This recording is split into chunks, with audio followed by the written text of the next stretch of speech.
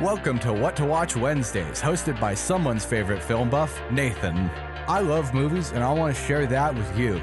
From old originals to cult classics and foreign favorites, along with straight up drivel, WWW is your place for all things movies. Stick around and we'll leave you with a movie to watch over the weekend with your family or that special someone. So sit back, relax, and enjoy the show.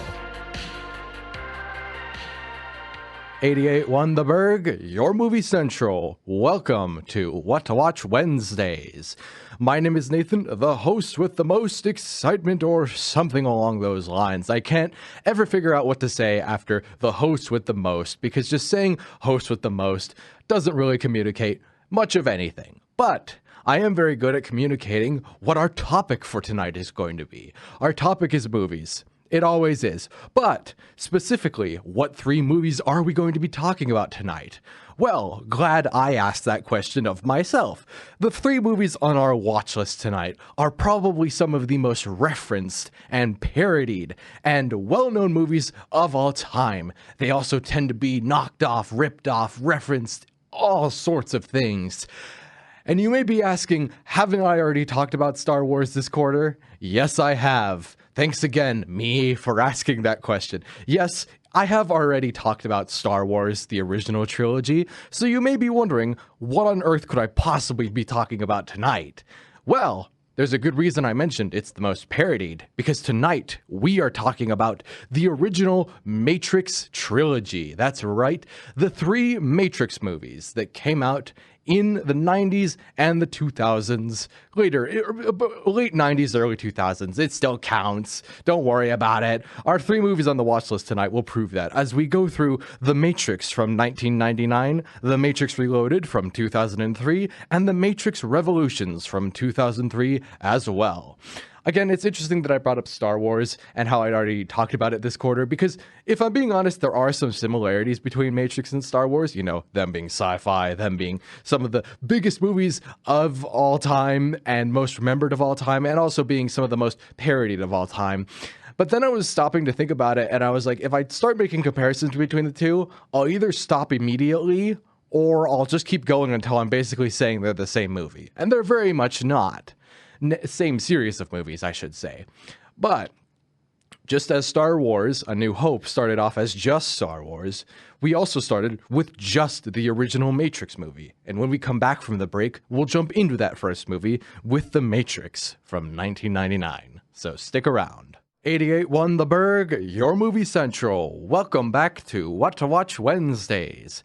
And for our first movie on the watch list tonight, we will be taking a look at The Matrix from 1999, available to watch now by renting from various platforms. For the basic plot summary of the original Matrix, we follow Neo, a hacker, who is contacted by Trinity, a mysterious woman. Through Trinity, Neo ends up figuring out that she is connected to Morpheus, a man that he believes can answer many of his questions that he has about his current existence. As Neo is pursued by ruthless and mysterious government agents, including the crazy Agent Smith, Neo seeks to find Morpheus and get an answer to his all-encompassing question: what is the Matrix? And let me tell you right now, the answer to that question is probably very well known at this stage. If you don't know what The Matrix actually is, and no, I don't mean the movie, I mean, what is The Matrix, then you're missing out. I'm almost contemplating not telling you. Because if you go in completely blind, not knowing what The Matrix is, I feel like your mind's gonna be blown. How do I know that, you may be asking? Well, let me tell you.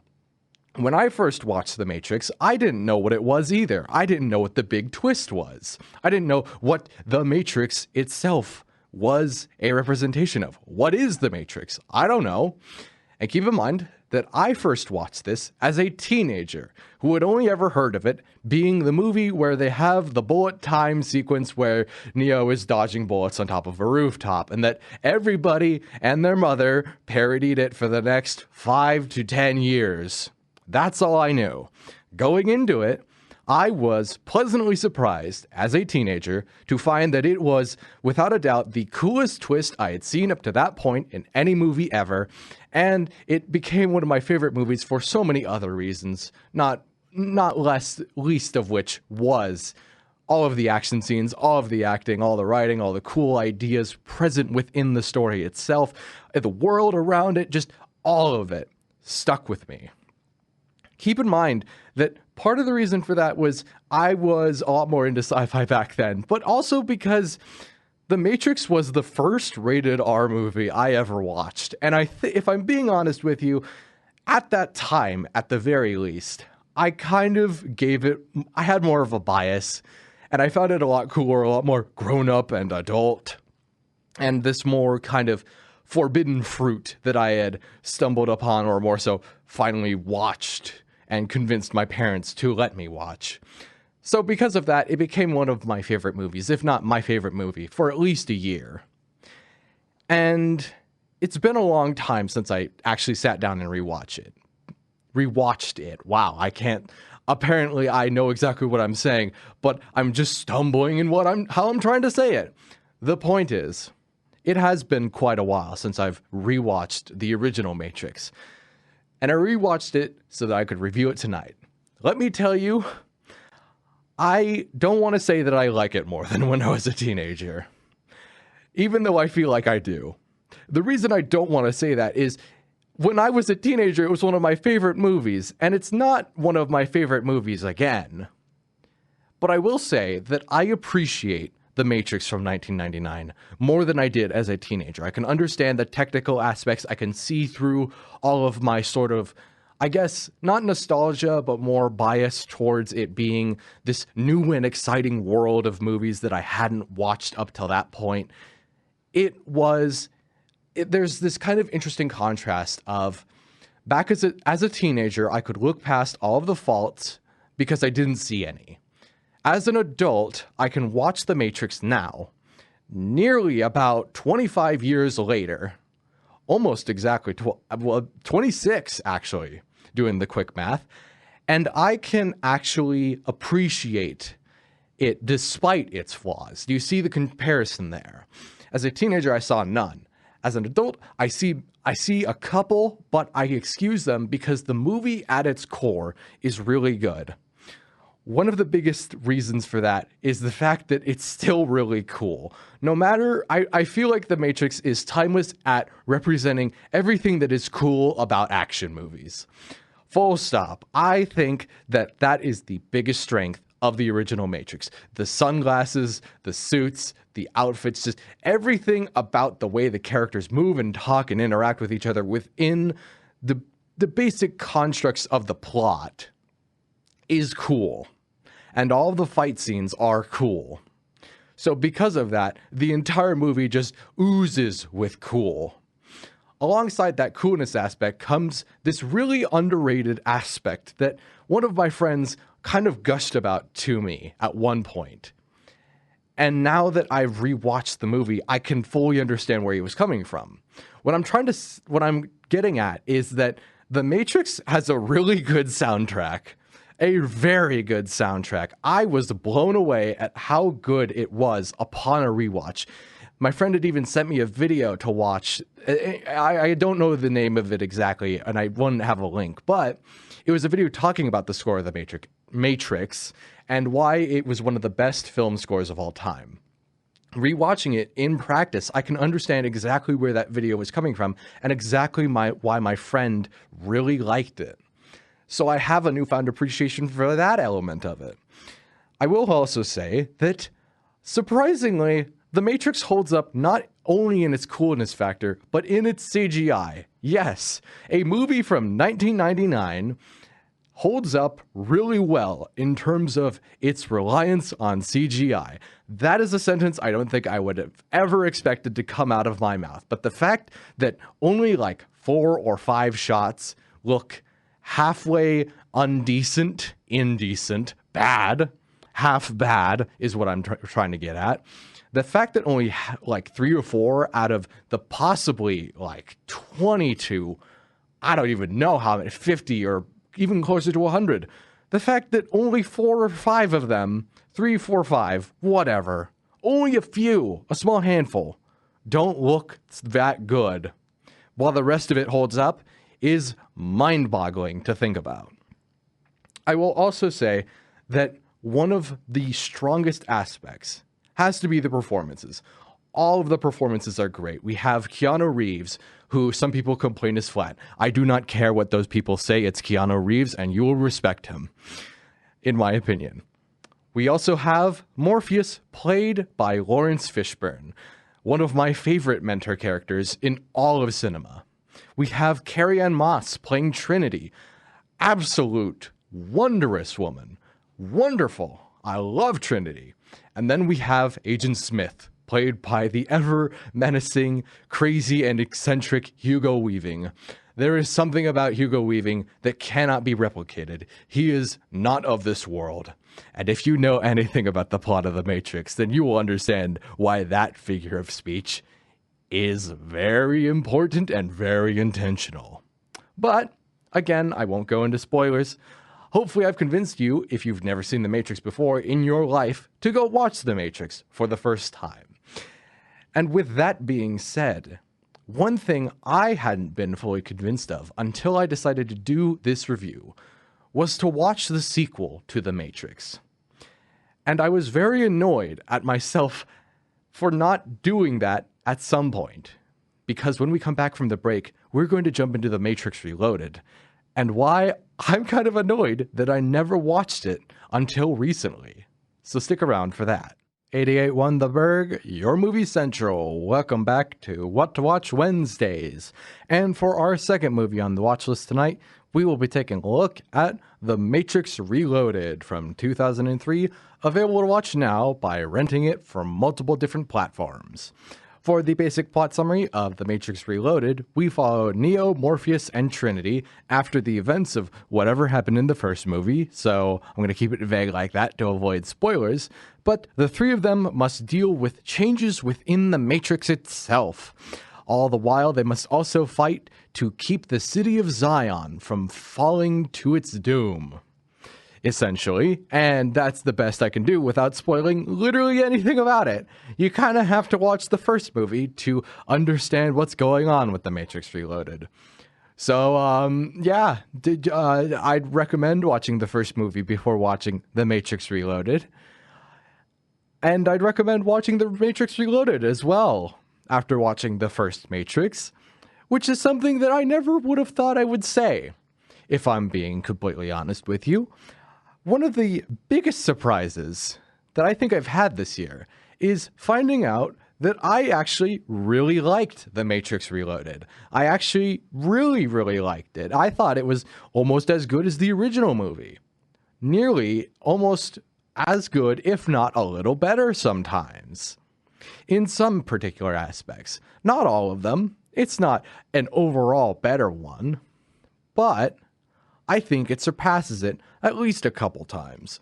And I think one of the reasons that I'm surprised by that is because it's for two reasons. First of all, when I watched the original Matrix movie, as I mentioned during my review of it, I was a teenager.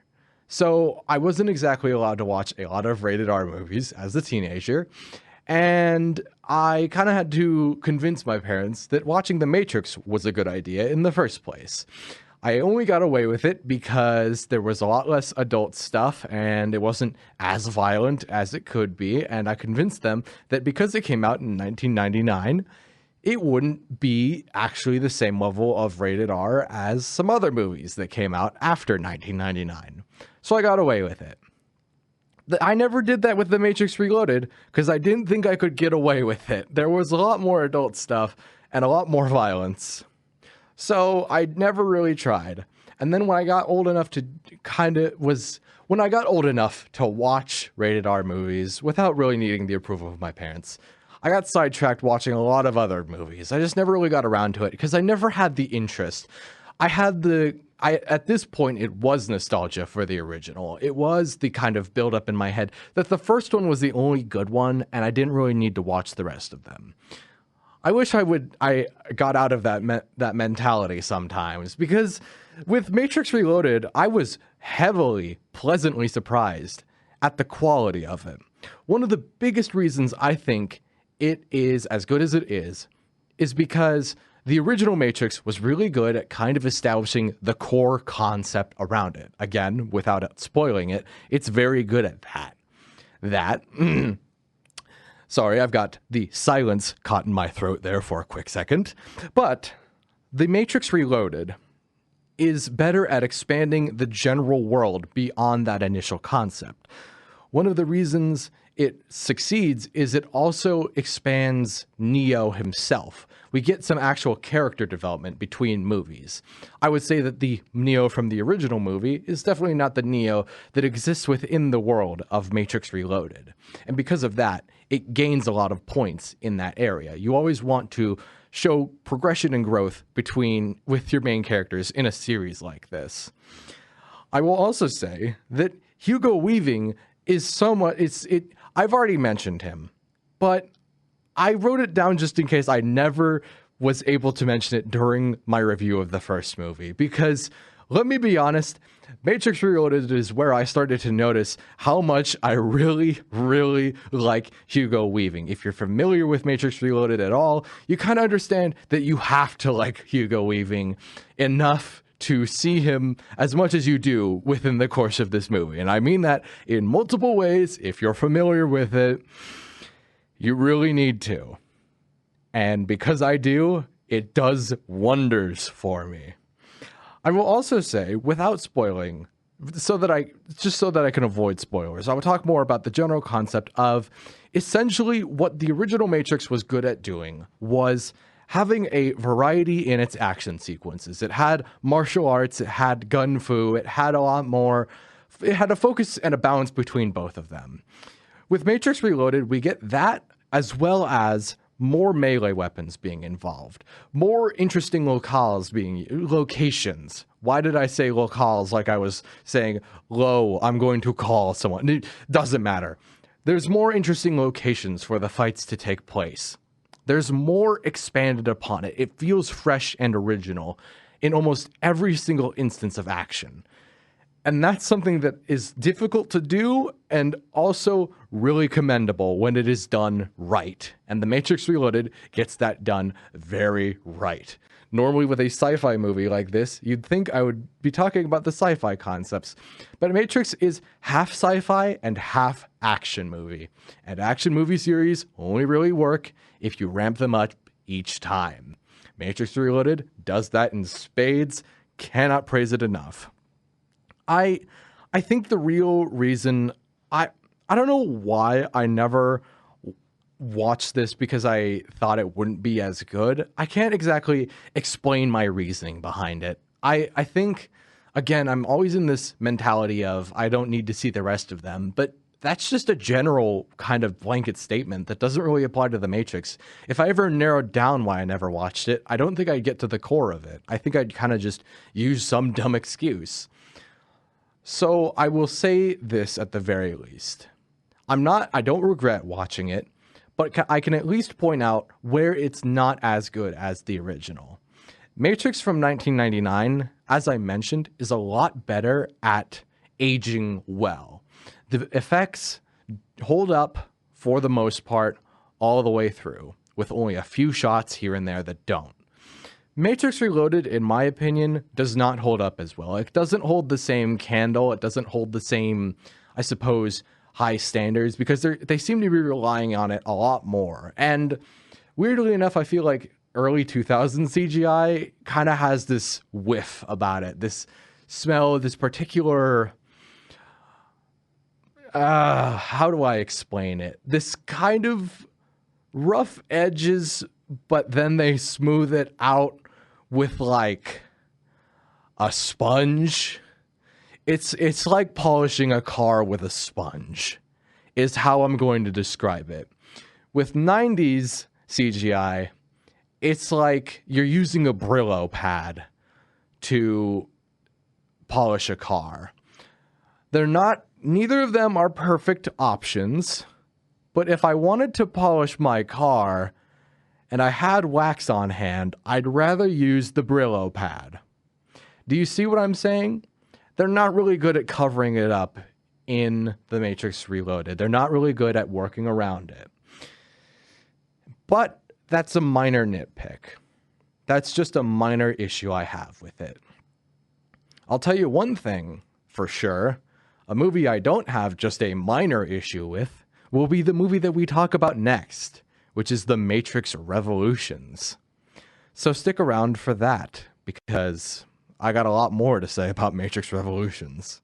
88 won the Burg, your movie central. Welcome back to What to Watch Wednesdays.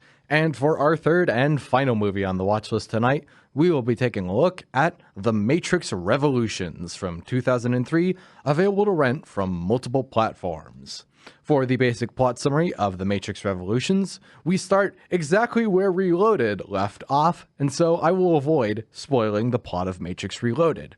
But I will tell you that, like a lot of sci-fi movies, the basic plot of The Matrix Revolutions follows Neo and Trinity as they essentially go off to make humanity's last stand.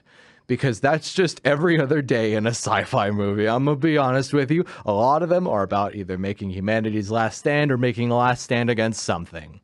Very cosmic, because it's about sci-fi. You know? Science, the vast emptiness of space, or even, not even just space. It's just like, it's very intellectual and very concerned with humanity. You know? Because humanity is rooted in science. I'm going to move on to the actual movie itself now.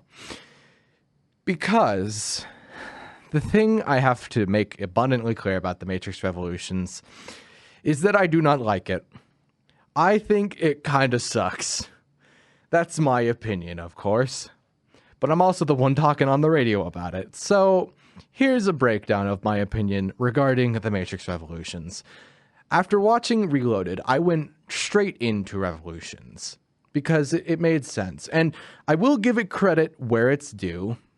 It's very clear to me that The Matrix Reloaded and Revolutions were made back to back, or if not made back to back, made to be released back to back within the same year. They were both released in 2003. They are basically two parts of one long story as a follow-up to the original movie. So from that perspective, it makes sense to actually watch them back to back. I did that unintentionally. And for what it's worth, they feel connected in that way. Kind of. They at least attempt to feel connected. I'll give them that. The praise is just kind of degrading more and more as it goes on, folks. I'm going to be honest with you. At some point, I'm probably just going to say this is outright bad, and I don't want to, because it's not outright bad. But it's hard not to feel that way when watching a follow-up to a movie that I used to really like, which was the original Matrix. Because here's my core issue with The Matrix Revolutions. Unlike The Matrix and The Matrix Reloaded, The Matrix Revolutions has a central flaw with Neo, our main character. Can you guess what that is? I'll tell you. I won't let you guess. Sorry, you cannot guess. I will tell you what my issue with Neo is in The Matrix Revolutions. In both The Matrix and The Matrix Reloaded, Neo was making decisions that drove the story. They weren't perfect decisions. Sometimes it felt flimsy, but at least he was making choices. He was deciding where the movie went. In some capacity. This one, he does do that, but not as much as he should. If I'm being honest with you, some of the stuff is just things that happen to Neo, the movie. Problems that he encounters, situations he gets himself into, problems he runs up against, not through being a victim of his own consequences, of his own actions, but because they just happen. And that goes for a lot of the other stuff. It kind of encapsulates all of my other problems with The Matrix Revolutions. Things like the big action scenes with any other character lose all impact when you're not really knowing why Neo is doing the things he's doing. That's another thing. Without any motivation or explanation, or kind of any, I suppose, earned reason for him to be doing stuff, Neo doesn't really have as much direction as he did in the other two. And because of that, the entire movie suffers because he's the main character. Without the good motivations of a main character, you're kind of left with a bunch of side characters that don't matter and some other kind of supporting characters who don't do as much as I wanted them to. And it just kind of folds in on itself. I will also say that, again, without spoiling too much, I think not the main issue, but my biggest nitpick with The Matrix Revolutions is it doesn't spend enough time with The Matrix. Again, if you don't know what The Matrix is, how? But to keep it quite simple, they do not spend enough time with The Matrix, the central concept of the original movie, as much as I think they should have for a movie with The Matrix in the title. The original movie was based around the core concept, and The Matrix Reloaded did a really good job of balancing that core concept and its expanded world. The Matrix Revolutions feels like it's way too dedicated to now spending all of its time in that expanded world and not going back to The Matrix, the thing that started it.